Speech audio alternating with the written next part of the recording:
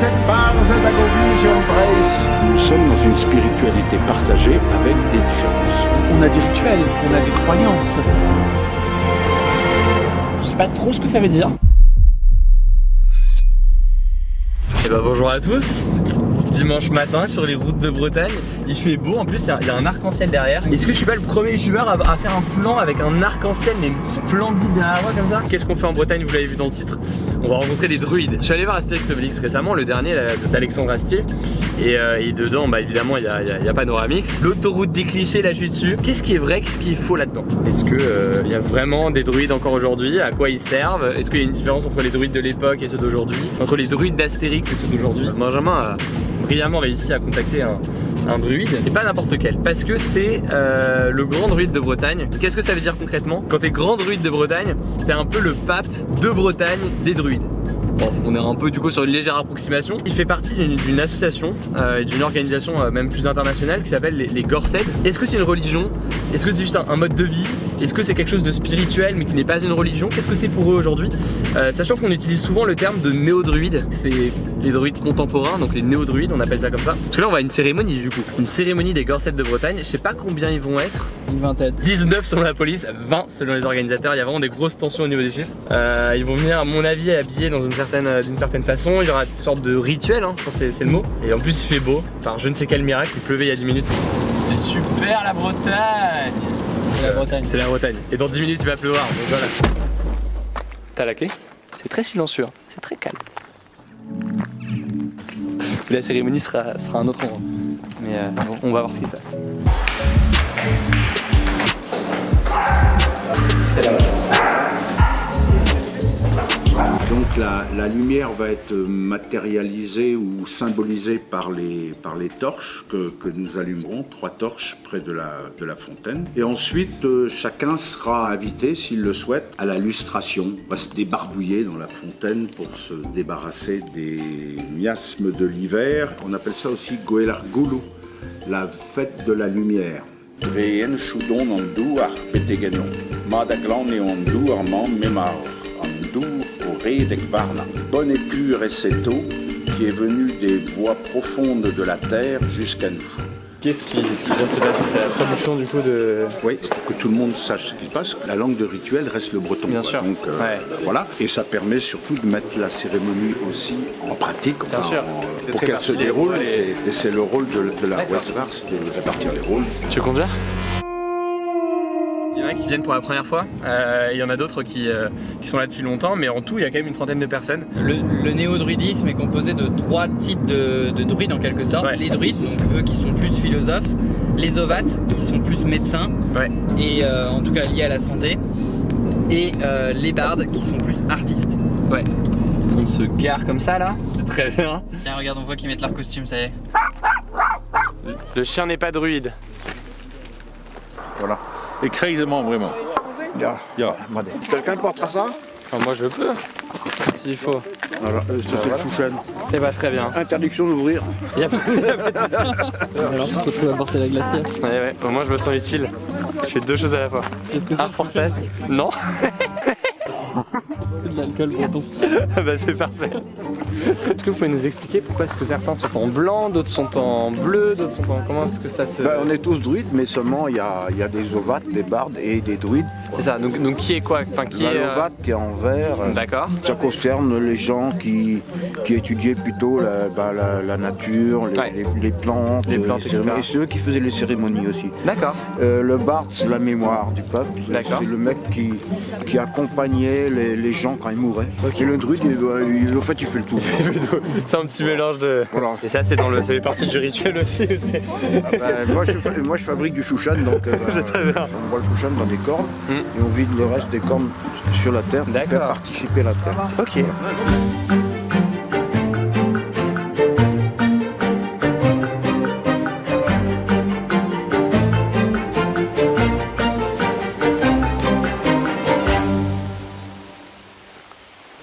Croire, pisser de arblois et au vige. Rodori estrui et bars et agovision breis, a queer en arven d'arpe, a armisio ubre mazoe de biu, spia neve sanser alzate parso faro. Iradaran deves, iradaran nostes. Mada grande o andurma, utre in shudur.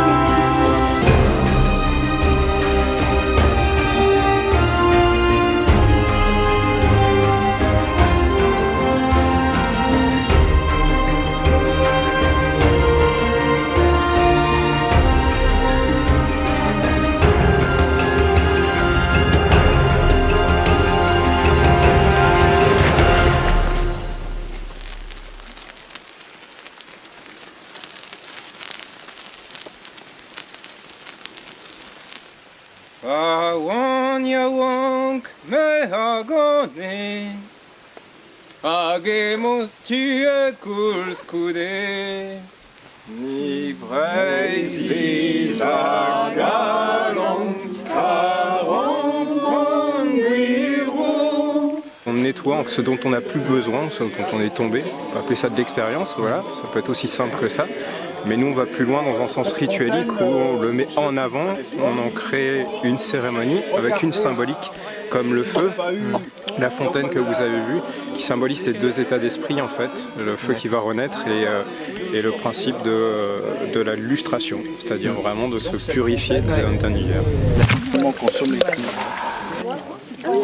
Comment est-ce qu'on devient grand druide de Bretagne?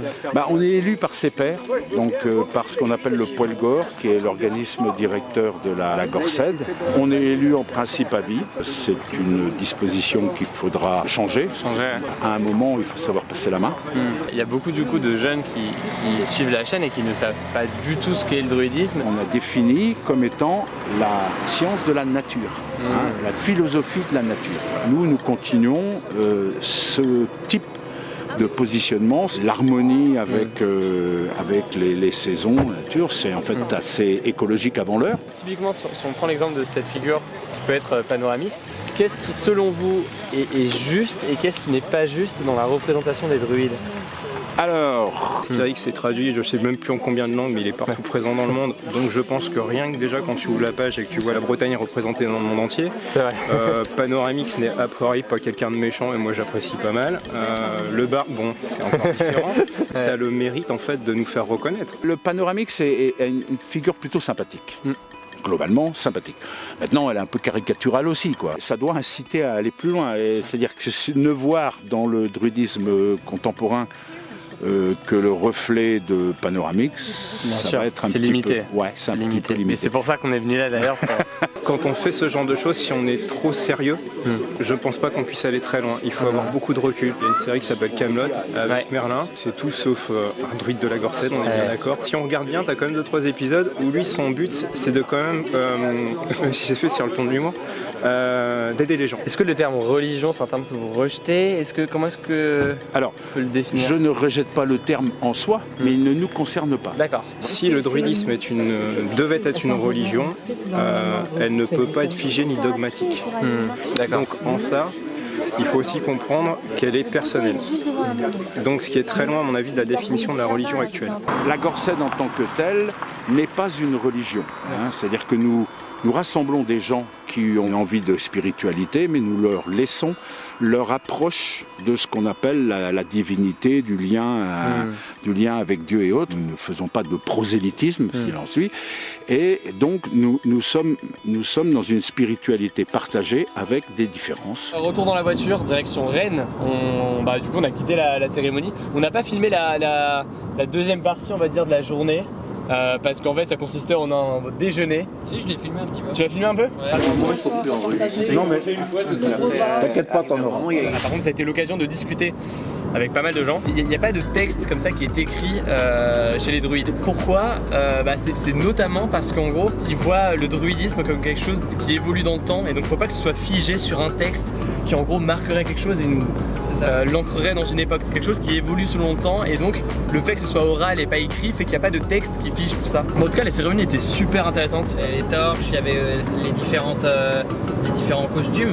Ouais. Et je trouvais que ça donnait quelque chose de beau dans la forêt, dans la nature. Et T'as vu, ouais, et puis il y avait la lumière, enfin je sais pas, tout c'était très beau. Vraiment, on sentait un côté très solennel au moment de la chose. Et bah en fait, il y a un sens de communauté très important en fait, de se réunir régulièrement et les gens se connaissent. Il y a une sorte de fraternité en fait entre les gens.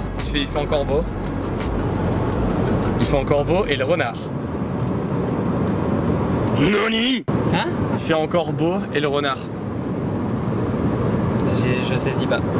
Le corbeau. C'était Yes. nul. De nouveau sur la route, on est toujours en Bretagne et on est en direction de Paimpont, c'est à proximité de la forêt de Brocéliande, qui est connue pour plein de choses, pour Merlin l'Enchanteur, Pour le roi Arthur. pour le roi Arthur et notamment pour les druides. Et là on va voir un druide qui s'appelle Jean-Claude Capelli, qui est un druide indépendant. Je sais pas trop ce que ça veut dire, mais on va pouvoir voir tout ça justement. La forêt de Paimpont, donc autrement dit la forêt de Brocéliande.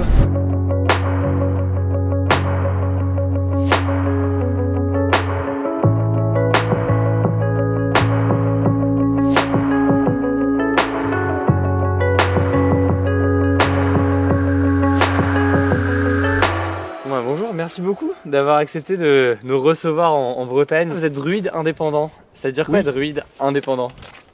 Oh, ça veut rien dire, c'est moi, C'est votre terme. c'est moi qui dis indépendant parce que je ne fais partie aujourd'hui d'aucun groupe. D'accord, ok. Si on revient à la base et qu'il fallait définir en peut-être une minute ce que c'est le druidisme. Les druides antiques, on les compare souvent aux pythagoriciens, des philosophes, des sages. Eh bien aujourd'hui, je pense qu'un druide doit se définir comme ça. C'est-à-dire c'est quelqu'un qui va être curieux du monde, qui va dire qu'est-ce que c'est que ce monde, qu'est-ce que c'est que l'homme, l'humanité, et qu'est-ce que cette humanité a à voir avec ce monde. Ça a aussi un aspect religieux. On a des rituels, on a des croyances. On a des gens qui se rassemblent. Vous avez vu la cérémonie de la Gorsaise. Il est clair que si les sacrifices humains ont réellement existé il y a 25 siècles, moi j'ai pas du tout envie de sacrifier un humain ou même un animal sur l'autel du druidisme. Donc ça voudrait dire que on est capable à ce moment-là de faire évoluer les pratiques et heureusement. Et donc à ce titre-là, moi aujourd'hui je suis druide au 3e millénaire.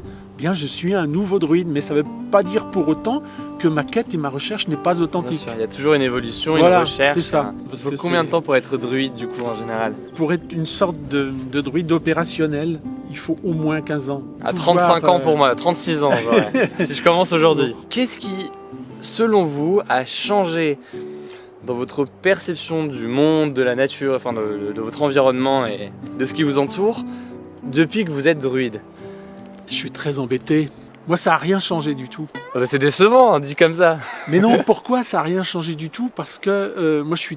Alors, je vais vous faire une réponse à l'Astérix et Obélix. Parce que je suis tombé dedans quand j'étais petit. Bah écoutez, merci beaucoup d'avoir répondu à toutes ces questions. On était dans un cadre idéal, il n'a pas plu. Il ne pleut jamais en Il ne pleut jamais en Bretagne, évidemment, j'oublie toujours. C'est super la Bretagne. Merci beaucoup. Grand plaisir. Et ça me permet de renvoyer un peu sur la chaîne pour vous remercier d'avoir vu cette petite vidéo déjà. On va mettre des liens dans la description. Pensez à vous abonner à la chaîne. Vous savez comment fonctionne YouTube et tout. Il faut forcément que les gens se... Moi je sais pas trop, je suis trop vieux pour ça. Les gens s'abonnent à la chaîne et donc je leur propose de s'abonner à la chaîne pour qu'ils puissent ne pas rater les vidéos suivantes et les reportages suivants. Donc voilà, vous êtes les bienvenus. Et puis voilà, encore merci. Merci d'être devenu de Paris jusqu'en Bretagne pour parler de choses qui sont chères à mon cœur. Voilà. Bah c'est un plaisir, merci beaucoup. Juste un petit mot supplémentaire pour vous dire que c'était donc le premier reportage de l'année, le premier d'une longue série. On va traiter énormément de thématiques différentes dans les semaines à venir. Je remercie encore les druides de m'avoir reçu. Je vous mets plusieurs liens dans la description si vous voulez en savoir plus parce que évidemment c'est un sujet qui est assez complexe. Je crois que j'ai tout dit, on se dit à très vite.